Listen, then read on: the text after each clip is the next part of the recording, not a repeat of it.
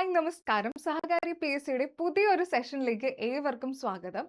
ഇന്നത്തെ ക്ലാസ്സിൽ നമ്മൾ ഡിസ്കസ് ചെയ്യാൻ പോകുന്നത് ഓരോ ചോദ്യത്തിന്റെയും വേര് എവിടെ നിന്ന് വന്നു എന്നുള്ളതാണ്. നമുക്കറിയാം പി എസ് സി പരീക്ഷകളിൽ പ്രത്യേകിച്ചും 10th ലെവൽ അല്ലെങ്കിൽ ആ ഒരു +2 ലെവൽ പരീക്ഷകൾക്ക് വരുന്ന ചോദ്യങ്ങൾ നമ്മൾ എല്ലാവരും കേട്ടിട്ടുള്ളതാണ് SCRT പാഠപുസ്തകത്തിൽ നിന്നാണെന്ന്. ചിലർക്കെങ്കിലും സംശയം കാണും, ഈ ഒരു SCRT പാഠപുസ്തകത്തിൽ നിന്ന് ഇതുപോലുള്ള ചോദ്യങ്ങളൊക്കെ വരാറുണ്ടോ, അത്രയ്ക്കുമുള്ള കണ്ടന്റ് ഒക്കെ നമ്മുടെ SCRT പുസ്തകത്തിൽ ഉണ്ടോ എന്നുള്ളത്. അപ്പൊ അതിനെ നമുക്ക് കുറച്ചും കൂടെ ഒരു ക്ലാരിറ്റി കിട്ടുന്നതിന് വേണ്ടിയിട്ട്, ഒരു വ്യക്തത വരുന്നതിനാണ് ഇതുപോലൊരു സെഷൻ നിങ്ങൾക്ക് നൽകുന്നത്. അപ്പോൾ ഓരോ ചോദ്യം നമുക്ക് എടുക്കാം. ആ ചോദ്യം SCRT പാഠഭാഗവുമായി റിലേറ്റ് ചെയ്തിട്ടാണോ വന്നിട്ടുള്ളത്, ഓരോ പോയിന്റ്സും നമുക്ക് അങ്ങനെ ഒന്ന് വിശകലനം ചെയ്ത് നോക്കാം. അപ്പൊ ആദ്യം നമ്മൾ നോക്കുന്നത് 2025 ചോദിച്ച 017/2025 എന്ന് പറയുന്ന കാറ്റഗറി കോഡിൽ 10th പ്രിലിംസിലെ ഒരു സ്റ്റേജിൽ ചോദിച്ചിട്ടുള്ള ഒരു ചോദ്യമാണ്. ചിലർക്കെങ്കിലും ഇത് കാണുമ്പോൾ ഈ ഒരു ചോദ്യം ഓർമ്മ വരുന്നുണ്ടാവും. ഞാൻ ചോദ്യം വായിക്കാം.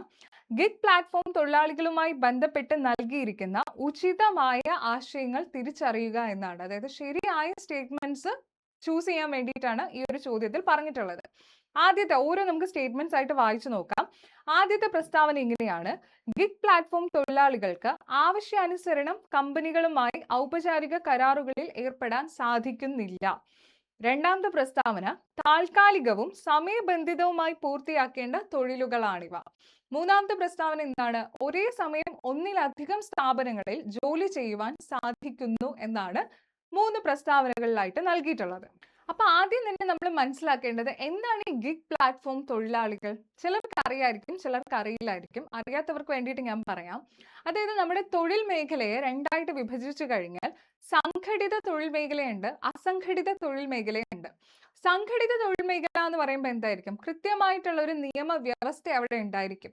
നമുക്കറിയാം കമ്പനീസ് ആക്ട് ഉണ്ട്, ഫാക്ടറീസ് ആക്ട്, സൊസൈറ്റീസ് ആക്ട് എന്നൊക്കെ പറഞ്ഞിട്ടുള്ള പലതരത്തിലുള്ള നിയമങ്ങളുണ്ട്.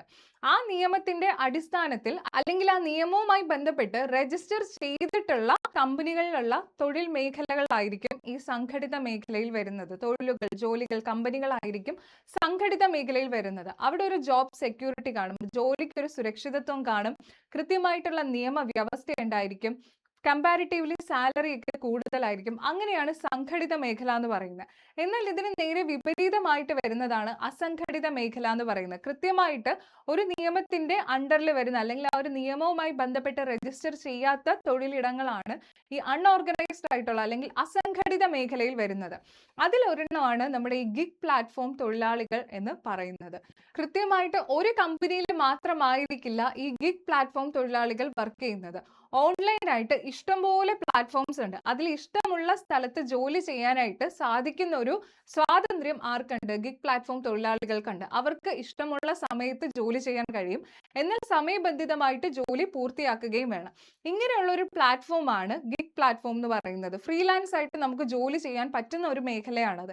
അതിൽ ഏറ്റവും വലിയൊരു ഉദാഹരണമായിട്ട് നമുക്ക് പറയാൻ കഴിയുന്നത് ഇപ്പൊ നമ്മൾ കാണുന്നതാണല്ലേ, ഡെലിവറി ആപ്പ് ആയിട്ടുള്ള സ്വിഗ്ഗി, സൊമാറ്റോ ഒക്കെ. ഇതിലൊക്കെ വർക്ക് ചെയ്യുന്ന ആൾക്കാരുണ്ട്, തൊഴിലാളികളുണ്ട്. അവരാണ് ഈ മെയിൻലി ഈ ഗിഗ് പ്ലാറ്റ്ഫോം ലേബേഴ്സ് എന്ന് പറയുന്നതിൽ നമുക്ക് ഏറ്റവും ഇപ്പോൾ നിലവിലത്തെ ട്രെൻഡ് അനുസരിച്ച് ഉദാഹരണമായിട്ട് പറയാൻ സാധിക്കുന്നത്. അപ്പൊ ഇതിനെപ്പറ്റി നമുക്ക് കൃത്യമായിട്ട് നമ്മുടെ പാഠപുസ്തകത്തിൽ പറയുന്നുണ്ട്. ഇനി നമ്മുടെ അടുത്ത ചോദ്യം അങ്ങോട്ടാണ്. എങ്ങനെയാണ് PSCക്ക് ഈ ഒരു ചോദ്യം കിട്ടിയത്? എവിടെ നിന്നാണ് കൃത്യമായിട്ട് ഗിഗ് പ്ലാറ്റ്ഫോം ലേബേഴ്സ് എന്ന് തന്നെ PSC എടുത്തുകൊണ്ട് വന്നത്? വേറെ എവിടെ നിന്നുമല്ല, നമ്മുടെ പാഠപുസ്തകത്തിൽ, അതായത് പുതിയ SCRT ഉണ്ടല്ലോ, അതിലെ ക്ലാസ് 9 ഇന്ത്യൻ സമ്പദ്ഘടന വിവിധ മേഖലകളിലൂടെ എന്ന് പറയുന്ന ഒരു പാഠഭാഗമുണ്ട്. അതിൽ കൃത്യമായിട്ട് പറയുന്നതാണ് ഈ സംഘടിത മേഖലകളെക്കുറിച്ചും അസംഘടിത മേഖലകളെക്കുറിച്ചും അതുപോലെ അസംഘടിത മേഖലയിൽ വരുന്ന ഗിഗ് പ്ലാറ്റ്ഫോം തൊഴിലാളികളെക്കുറിച്ചും. എന്താണ് സംഘടിത മേഖല എന്നുള്ളത് നമ്മൾ ഓൾറെഡി പറഞ്ഞു കഴിഞ്ഞതാണ്. കൃത്യമായ ഒരു നിയമവ്യവസ്ഥ ഉണ്ടായിരിക്കും.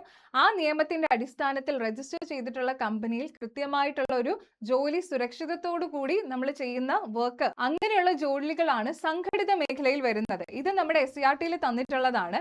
രജിസ്റ്റർ ചെയ്യപ്പെട്ട തൊഴിൽ മേഖലയാണ്. സംഘടിത മേഖലയുടെ തന്നെ ഉദാഹരണം കൃത്യമായിട്ട് തന്നിട്ടുണ്ട്, അല്ലെങ്കിൽ അതിന്റെ സവിശേഷതയാണ് തന്നിരിക്കുന്നത്. ഇനിയുള്ള PSC പരീക്ഷകളിൽ ഇതിൽ നിന്നും ചോദ്യം വരാം. അപ്പൊ ഒന്ന് നോക്കിക്കേ, എന്തൊക്കെയാണ് സംഘടിത മേഖലകളുടെ പ്രത്യേകത? രജിസ്റ്റർ ചെയ്യപ്പെട്ട തൊഴിലാണ് സംഘടിത മേഖലയിലുള്ളത്. അതുപോലെ തന്നെ സ്ഥിരം ജോലി ഉറപ്പ് നൽകുന്ന ഒരു മേഖലയാണ് ഏതെന്ന് പറയുന്നത്? സംഘടിത മേഖല. നമ്മുടെ അസംഘടിത മേഖല വെച്ച് നോക്കുവാണെങ്കിൽ താരതമ്യേന കൂടിയ ശമ്പളമായിരിക്കും എവിടെയുള്ളത്? സംഘടിത മേഖലയിലുള്ളത്. അതുപോലെ തന്നെ ഇവിടെ നമുക്കൊരു തൊഴിൽ സുരക്ഷിതത്വവും ലഭിക്കുന്നുണ്ട്. കൃത്യമായ നിയമവ്യവസ്ഥയിൽ അല്ലെങ്കിൽ ആ ഒരു നിയമത്തിന്റെ അണ്ടറിൽ രജിസ്റ്റർ ചെയ്ത് രൂപീകരിച്ച ഒരു കമ്പനി ആയതുകൊണ്ട് തന്നെ ആ നിയമത്തിൽ പറഞ്ഞിട്ടുള്ള കാര്യങ്ങൾക്ക് അനുസൃതമായിട്ടായിരിക്കണം ആ മേഖലയിലുള്ള കമ്പനികൾ പ്രവർത്തിക്കേണ്ടത്. അതുകൊണ്ട് തന്നെ അവിടെ ഒരു തൊഴിൽ സുരക്ഷിതത്വം നമുക്ക് എന്ത് ചെയ്യുന്നുണ്ട്? ലഭിക്കുന്നുണ്ട്. ഇനി അസംഘടിത മേഖലയുടെ കാര്യം നോക്കുകയാണെങ്കിലോ, എന്തൊക്കെയാണ് അസംഘടിത മേഖലയുടെ പ്രത്യേകതകൾ എന്ന് പറയുന്നത്?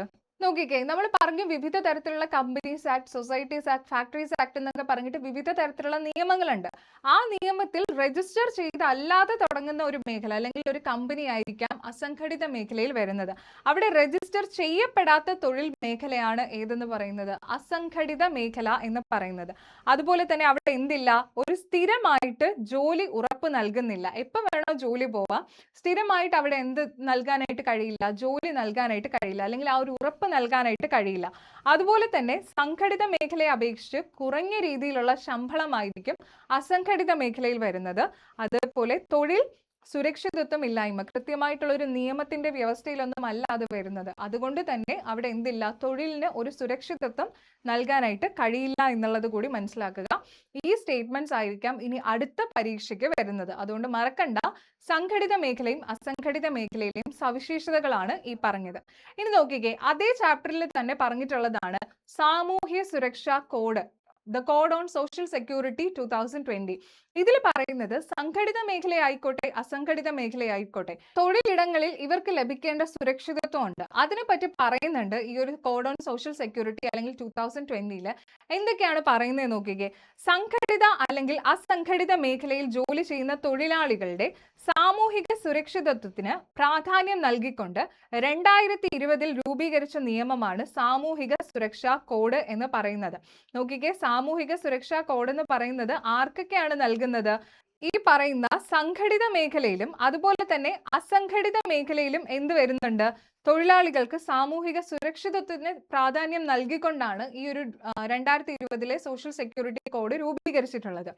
സ്വയം തൊഴിൽ ഏർപ്പെടുന്നവർ, വീട്ടുജോലിക്കാർ, ദിവസവേതനക്കാർ, അതിഥി തൊഴിലാളികൾ, ഗിഗ് പ്ലാറ്റ്ഫോം വർക്കർ, കണ്ടോ കൃത്യമായിട്ട് പറയുന്നുണ്ട് ഇവിടെ, ഗിഗ് പ്ലാറ്റ്ഫോം തൊഴിലാളികൾ തുടങ്ങിയവയെല്ലാം ഈ നിയമത്തിന്റെ ആനുകൂല്യത്തിന് അർഹരാണ്.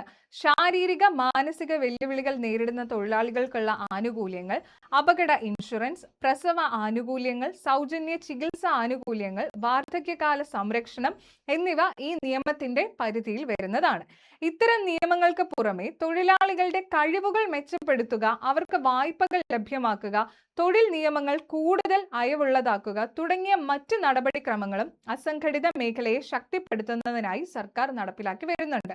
സോ ഇത് നമ്മുടെ ടെക്സ്റ്റിൽ തന്നെ തന്നിട്ടുള്ള നമ്മുടെ ക്ലാസ് 9 ഇന്ത്യൻ സമ്പദ്ഘടന വിവിധ മേഖലകളിലൂടെ എന്ന് പറയുന്ന പുതിയ SCERT ടെക്സ്റ്റിൽ തന്നെ തന്നിട്ടുള്ളതാണ് ഈ സാമൂഹിക സുരക്ഷാ കോഡിനെ പറ്റി. അതുകൊണ്ട് ഇതിൽ നിന്നും പ്രസ്താവനകളായിട്ട് ചോദിക്കാനായിട്ട് സാധിക്കും. അപ്പൊ ആ സംഘടിത മേഖലയിലാണെങ്കിലും അസംഘടിത മേഖലയിൽ ജോലി ചെയ്യുന്ന തൊഴിലാളികളുടെ സാമൂഹിക സുരക്ഷിതത്വത്തിന് പ്രാധാന്യം നൽകിക്കൊണ്ടുള്ളതാണ് സോഷ്യൽ സെക്യൂരിറ്റി കോഡ് അല്ലെങ്കിൽ സാമൂഹിക സുരക്ഷാ കോഡ് എന്ന് പറയുന്നത്. ഇതിന് കീഴിൽ ആരൊക്കെയാണ് വരുന്നത്?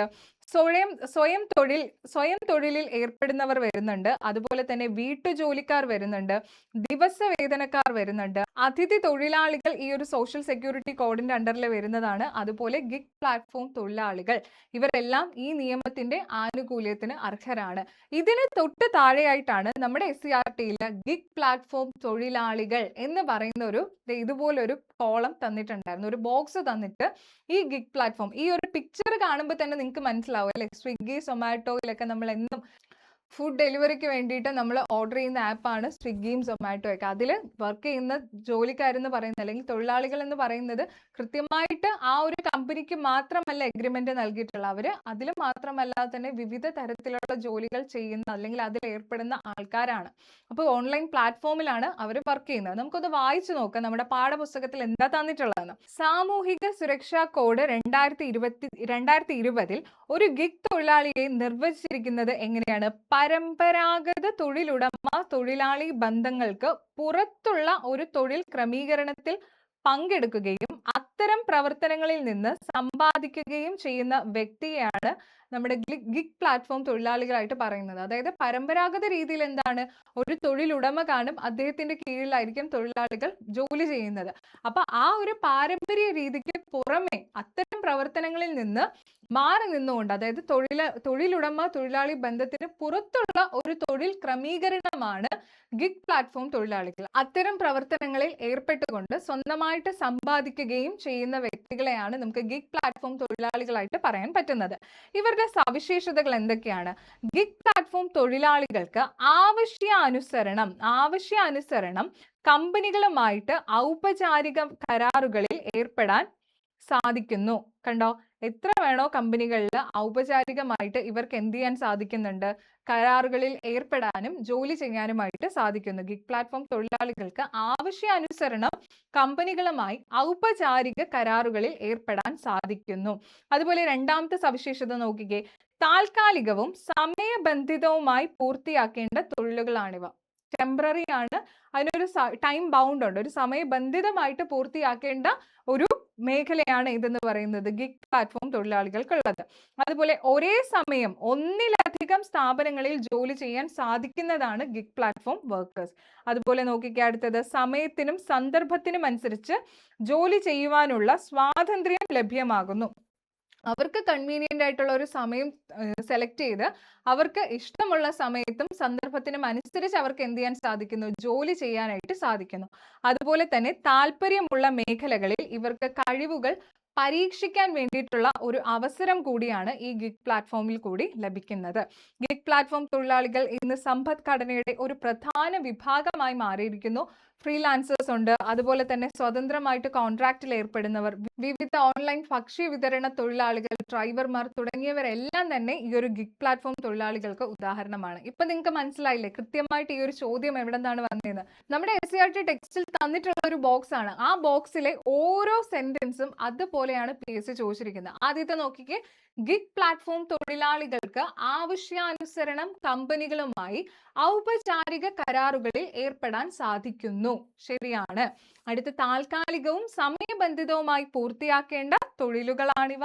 ഒരേ സമയം ഒന്നിലധികം സ്ഥാപനങ്ങളിൽ ജോലി ചെയ്യാൻ സാധിക്കുന്നു. സമയത്തിനും സന്ദർഭത്തിനും അനുസരിച്ച് ജോലി ചെയ്യുവാനുള്ള സ്വാതന്ത്ര്യം ഇവർക്ക് ലഭിക്കുന്നുണ്ട്.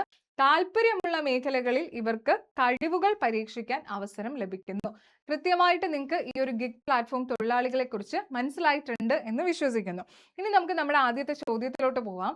ഒന്നും കൂടി നോക്കിക്കേ, ഗിഗ് പ്ലാറ്റ്ഫോം തൊഴിലാളികൾക്ക് ആവശ്യാനുസരണം കമ്പനികളുമായി ഔപചാരിക കരാറുകളിൽ ഏർപ്പെടാൻ സാധിക്കുന്നില്ല എന്നാണ് നമ്മുടെ ആദ്യത്തെ പ്രസ്താവന പറയുന്നത്.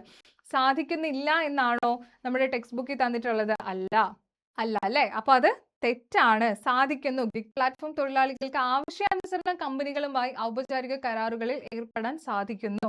അതുപോലെ രണ്ടാമത്തെ പ്രസ്താവന നോക്കിക്കേ, താൽക്കാലികവും സമയബന്ധിതവുമായി പൂർത്തിയാക്കേണ്ട തൊഴിലുകളാണിവ. ശരിയാണ് അല്ലെ? നമ്മുടെ ടെക്സ്റ്റിൽ അതുപോലെ നമ്മളിപ്പോൾ പറഞ്ഞതാണ്. അതുപോലെ എന്താണ്, ഒരേ സമയം ഒന്നിലധികം സ്ഥാപനങ്ങളിൽ ജോലി ചെയ്യുവാൻ സാധിക്കുന്നു. അതും ശരിയാണ്.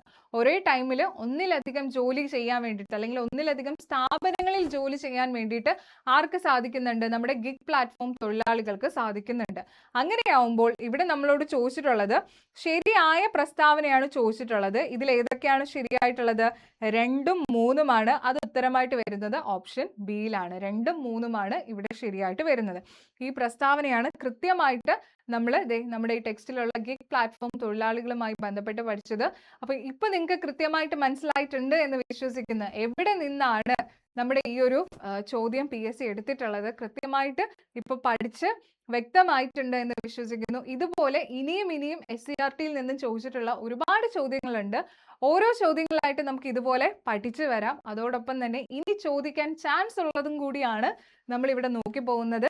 ഈ ഒരു സെഷനിൽ നമ്മൾ സോഷ്യൽ സെക്യൂരിറ്റി കോഡും നോക്കിയിട്ടുണ്ടായിരുന്നു, സംഘടിത അസംഘടിത മേഖലകളെ കുറിച്ച് നോക്കിയിട്ടുണ്ടായിരുന്നു.